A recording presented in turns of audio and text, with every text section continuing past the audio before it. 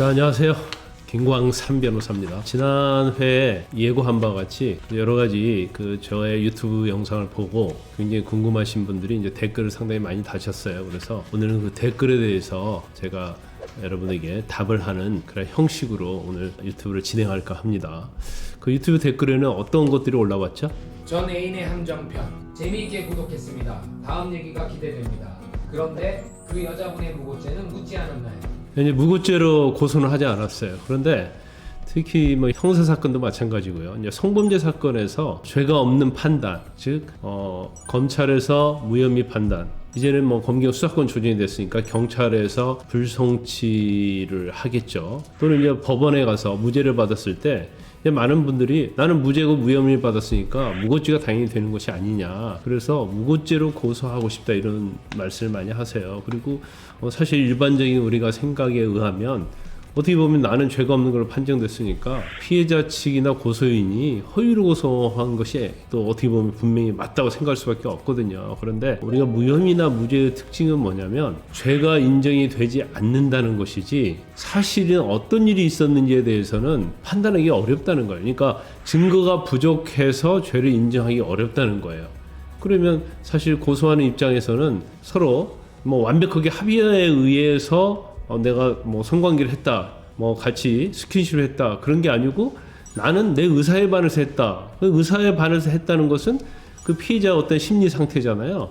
그렇기 때문에 무고죄의 어떤 고의, 허위로 고소했다는 것을 입증하기 어려워요. 그래서 대부분이 무고죄에 인정이 되지 않아요. 단 피해자와 가해자로 지목된 사람이 전혀 성관계가 한 적이 없는데도 성관계 했다고 거짓말로 고소한 것이 드러난 경우랄지 아니면 둘이 어떤 스킨십이랄지 같이 방에 있으면서 성관계를 했는데 어떤 사진 촬영이 돼서 그게 서로 합의한 성관계인 것이 너무나 명확해버리면 그건 당연히 무고죄가 되겠죠. 그렇지만 그런 객관적인 증거 없이 단순히 피해자와 가해자로 지목된 사람의 말이 달라서 결과적으로 무혐의가 난 경우, 무죄가 난 경우에는 무고죄로 고소해도 사실은 인정되기 어렵습니다. 이어서 시청했는데 재미가 있네요. 성범죄 사건도 내용 가서 수임하시는지요? 그러면 무조건 성범죄 사건이라서 다 수임을 하는 건 아니에요. 너무 이제 죄질이 너무 나빠서 이건 인간적으로 도저히 있어서는 안 된다. 그러면 사실 이제 저희가 판단을 하죠. 사실 막 변호사는 아무리 죄질이 나쁘고 인간 이하의 사람이다 할지라도 죄는 미워해도 사람을 미워하지 말라는 그런 얘기 있거든요. 그래서 그 사람의 인권이 있고 그런 범죄 행위를 하게 된 이유가 있을 거예요. 그래서 정신적인 이유도 있을 수 있고요. 아니면 또 환경적인 이유도 있을 수 있기 때문에 변론을 하는 건 맞아요. 그런데 어떤 사회적 의무이 집중됐다거나 아니면 정말 질적으로 봤을 때 이건 정말 인간 이하고 있을 수 없는 그런 경우에는 이제 수임하지 않는 경우도 있습니다. 재미있게 시청했습니다. 혹시 그런 그 남자는 여자를 상대로 무고죄로 고소했나요?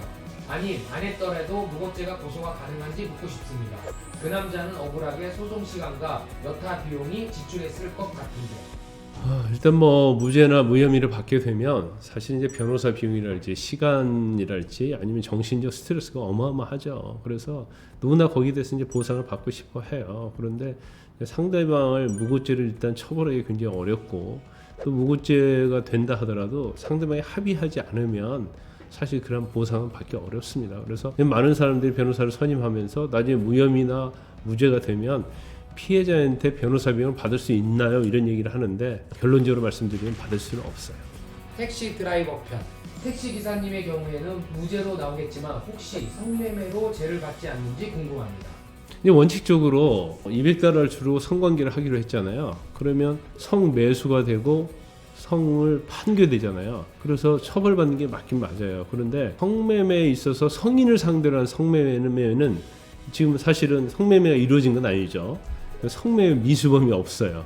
그래서 가사 어떤 성매매 목적으로 대가를 지불하고 성관계를 하려고 했다 하더라도 성관계가 이루어지지 않았다고 한다면 처벌할 수 없습니다. 단지 미성년자인 경우에는 성매매를 시도하는 것 자체 설사 미수로 끝났다 하더라도 처벌받는다는 것을 아셔야 합니다. 가해자들의 성기를 비교했다 편. TV에서 소신 있는 모습 보고 들어왔습니다. 혹시나 해서 유튜브 김광삼 검색하니 나오네요. 반갑습니다. 방송에서 못했던 시사 정치 분야도 많이 다루어 주세요.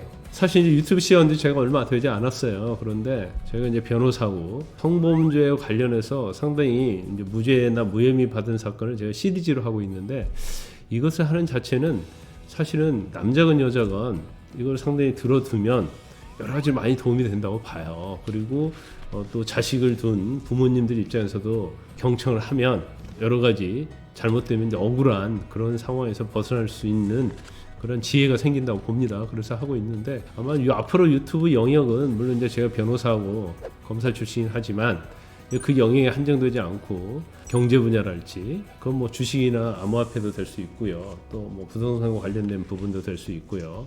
또 이제 제가 이제 방송에 나와서 정치나 사회에 특히 이제 시사 부분에 대해서 방송을 많이 하기 때문에 그때그때 큰 이슈가 있는 경우에 그런 이슈에 대해서도 여러분에게 좀 말씀을 드리려고 해요. 특히 방송에서는 굉장히 정제된 언어로 해야 할 이야기가 정해져 있기 때문에 그렇지 않는 이야기, 뭐 사이드, 비하인드 스토리랄지 이런 것들도 여러분하고 같이 공유할 수 있으면 좀 하려고 합니다. 재미있으면 안 되는데 재미있습니다. 어떡하지? 다음 편이 궁금합니다. 1년에 성범죄 수임하는 케이스가 얼마나 되세요? 그리고 성범죄 비율 지역은 아마 통계가 나올 것도 같은데. 이제 저희가 이제 성범죄 사건을 이제 전문적으로 하죠. 근데 성범죄 사건만 하는 건 아니에요. 저희가 이제 형사 전문 변호사거든요. 그래서 형사 사건이라는 큰 카테고리가 있고 그 안에 이제 성범죄가 있는 거죠. 그런데 제가 전에 첫 방송인가 두 번째 동영상 때 말씀드린 것처럼 저희는 이제 법무법인입니다. 그래서 형사, 민사, 가사 사건까지 다 해요. 그런데 2013년도 6월에 이제 성범죄에 관련해서 친구죄가 폐지됐거든요. 그래서 사실 그 이전에는 성범죄를 전문하는 변호사가 없었어요. 그런데 친구죄가 폐지하다 보니까 설사 고소를 취소한다 하더라도 처벌을 받게 되잖아요. 그리고 취업 제한이랄지 신상이 공개되고 고지 명령이 판결이 되고 그러기 때문에 굉장히 엄격해진 거죠. 그래서 그 당시에 친구죄가 폐지되면서 여러 가지 엄청난 큰 사건에서 이제 무죄를 받았어요. 이제 그러다 보니까 이 방면에 있어서는 굉장히 김광산 변호사, 법무법인 덧셈이 최고다. 이제 그런 인정을 받아서 그 분야에서 진짜 많은 사건을 하게 됐고요.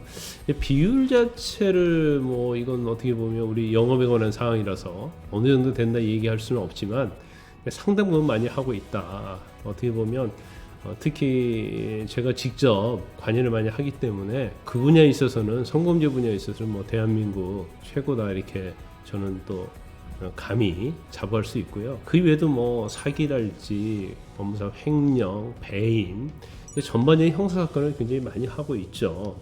성범죄 이 사건을 많이 한다 하더라도 그런 건 잘 소문이 안 나요. 근데 성범죄는 약간 특이한 영역이기 때문에 전문성이랄지 특별한 케이스가 있는 경우에는 언론이 막 보도되고 그러기 때문에 오히려 주목을 받다 보니까 막 오로지 막 성범죄만 하는 것처럼 그렇게 보일 수는 있겠죠. 그렇지만 꼭 그렇지는 않다. 하지만 성범죄 영역에 있어서도 우리가 대한민국 최고다. 저는 그렇게 생각합니다. 유튜브 구독 중입니다. 오늘 방송에서 봤어요. 유명한 분인 줄 몰랐습니다. 알고 보니 올해 방송을 하셨군요. 방송하시다가 변호사님이 되신 건가요? 제가 이제 방송 시작한 지가 한 10여 년 정도 된 것 같습니다. 그래서 방송을 하다가 변호사 된 건 아니고요. 저는 사법시험에 합격해서 검사를 하다가 사직을 하고 변호사를 하는 도중에 방송 활동하게 된 거죠. 제가 처음에 방송의 시작은 SBS의 그것이 알고 싶다로 시작을 했어요. 그래서 그 방송에 인터뷰가 나갔었는데 그 인터뷰를 많은 방송의 작가와 PD들이 아마 본 모양이에요. 그 방송이 나간 이후에 방송을 굉장히 많이 섭외를 받았고 제일 방송을 많이 할 때는 하루에 라디오까지 합쳐서 9번까지 한 적이 있습니다. 특히 이제 시사 분야의 방송을 많이 하고요. 또 법률적인 것들도 뭐 거의 우리나라가 굉장히 격동주의잖아요. 많이 일어나기 때문에 방송에서 섭외가 많이 들어오는 편이죠. 결론은 뭐 당연히 뭐 고시 합격하고 사법시험 합격하고 검사하고 변호사 개업한 다음에 한참 있다가 이제 방송 활동 시작한 거죠. 일단 뭐 앞으로도요 댓글 달아주신 분에 대해서는 그 중에서 굉장히 제가 유튜브를 통해서 드릴 말씀이 있으면 제가 답을 해드리고, 물론 관리하시는 분이 답글을 답니다만은 저도 유심히 보다가 시간 되면 제가 답글을 달려고 하고 있고요. 그 중에서 좀 이런 부분을 좀 유튜브를 통해서 좀 다루어줬으면 좋겠다 하는 그런 아이템이 있으면 또 제안을 하시면 제가 검토를 하고, 또 제가 아는 영역이고 제가 말씀드릴 수 있는 전문성이 있는 분야면 같이 공유를 하도록 하겠습니다.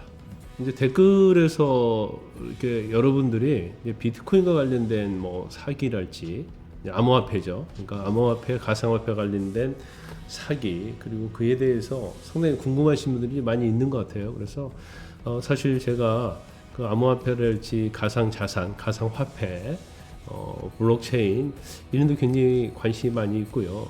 사실은 관련된 거에 일을 좀 하고 있어요. 그래서 다음 편에서는 블록체인과 관련된 암호화폐, 그리고 그와 관련된 스캠, 사기, 그런 것들이 어떻게 이루어지고 있고, 그러면 우리가 앞으로 가상자산의 암호화폐는 어떤 방향으로 가고, 이걸 과연 투자를 해야 할 것인가 말 것인가, 그의 위험성은 무엇인지, 이런 부분들에 대해서 제가 말씀을 드리려고 합니다.